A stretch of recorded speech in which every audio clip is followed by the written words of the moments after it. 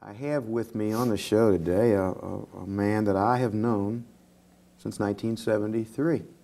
Actually, my first meeting with him was when I ran out of gasoline on US 35, and he picked me up and took me to a gas station. Little did I know that I would see him again, time and again, over the next quarter of a century on numerous matters involving government, law, politics.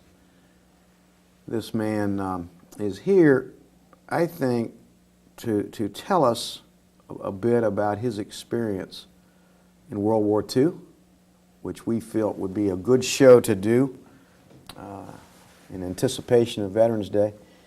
And then I think from there maybe talk a bit about his community activism, which I think is somewhat unique, fascinating, sometimes inspiring, oftentimes irritating, to be blunt, to me and others, but always something that he believes in and which I respect.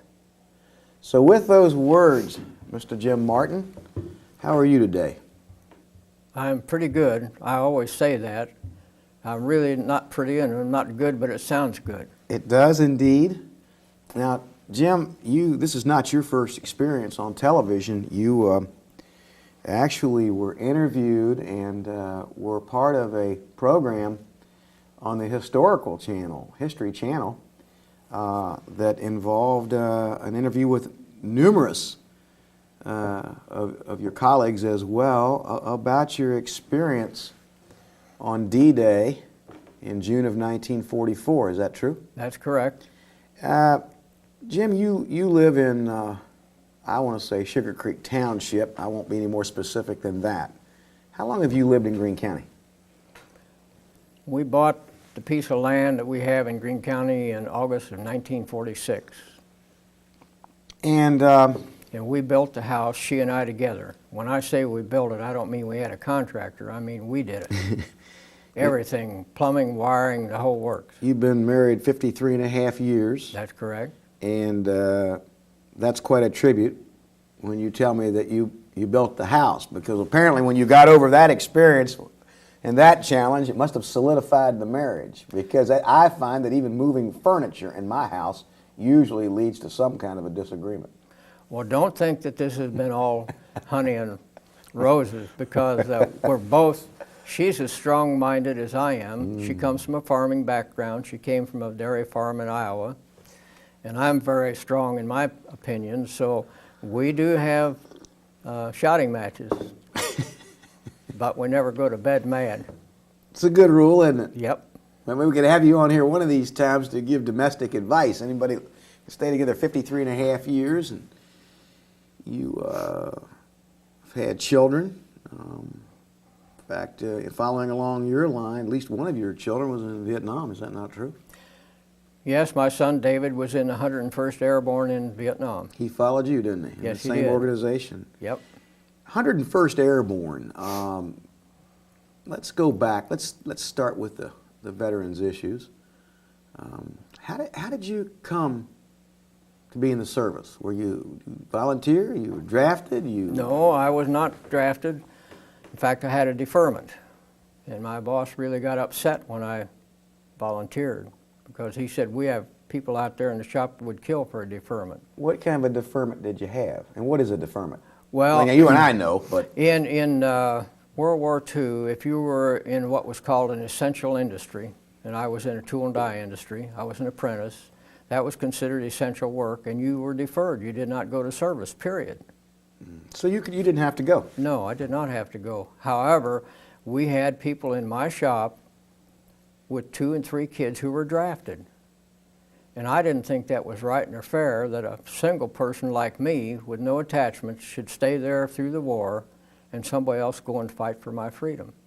I just didn't see that as being the right way to do.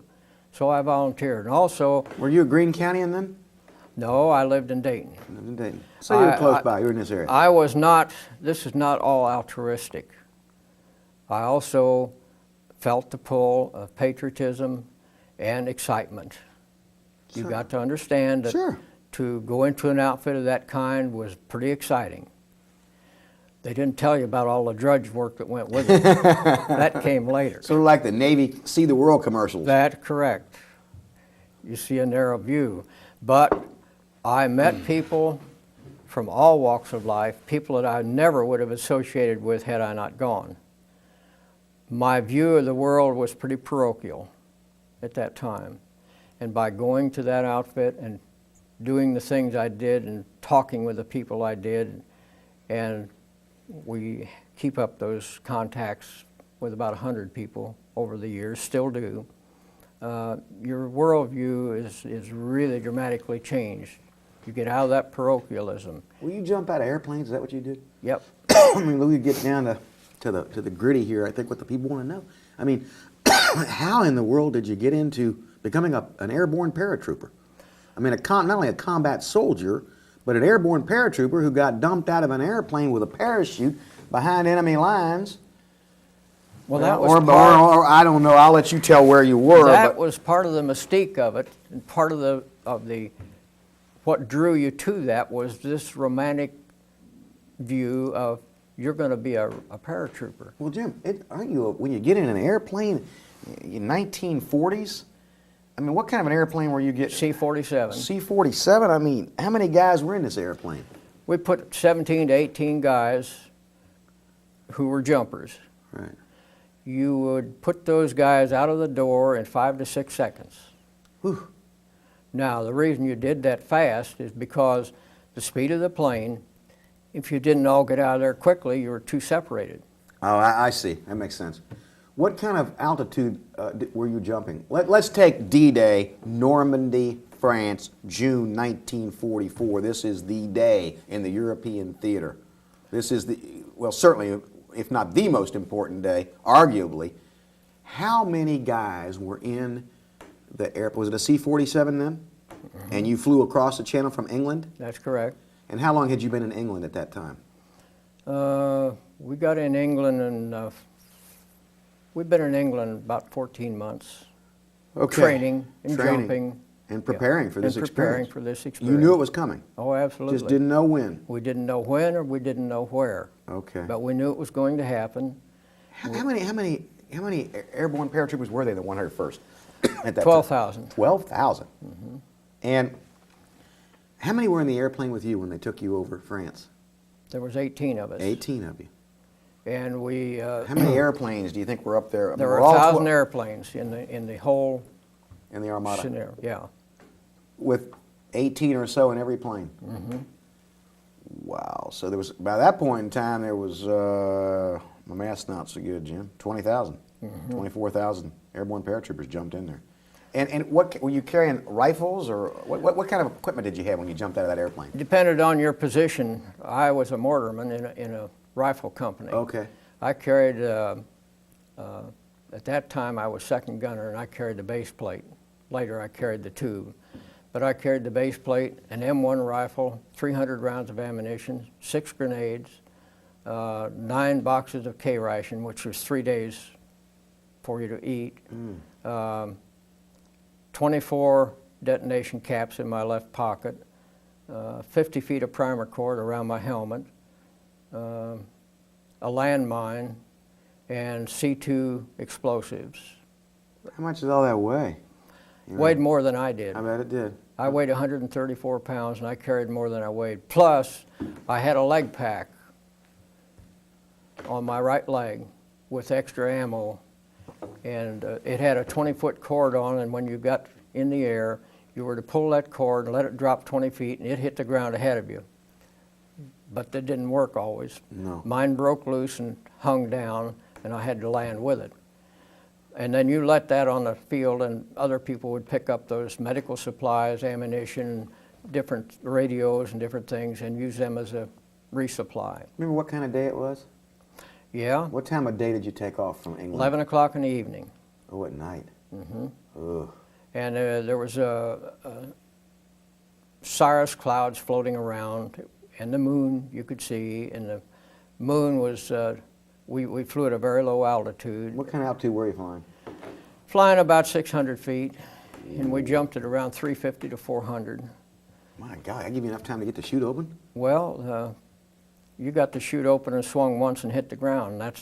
You wanted to get down quickly, because the minute you came over, the guns opened up, and you were low enough then that even your light machine guns were on the plane getting guys that had come out the door.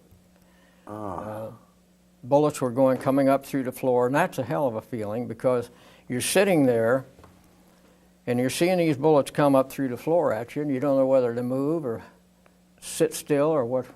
I mean, what can you do? Some of the guys in the plane? Oh yeah, there were many guys wounded. They were shot? And there were many guys shot coming out the door. In fact, we lost an awful lot of them. I think almost every officer in my company was shot coming out the door. Our battalion commander was killed. My company commander was killed. Several of the officers were killed before they ever hit the ground. Well, did the Germans know you were coming? Well, there's a lot of speculation about that. I think they knew, but they didn't know exactly where. Right. And they split their forces up to try to cover all their bases.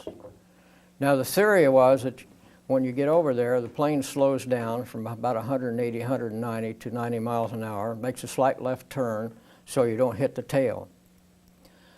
But these pilots had never been in combat either, and when the flak hit, they panicked, and instead of slowing down to 90, we jumped at 190. Oh my gosh. And I'm telling you, it was like lassoing a fire plug from the back of a train. The opening shock was just terrific.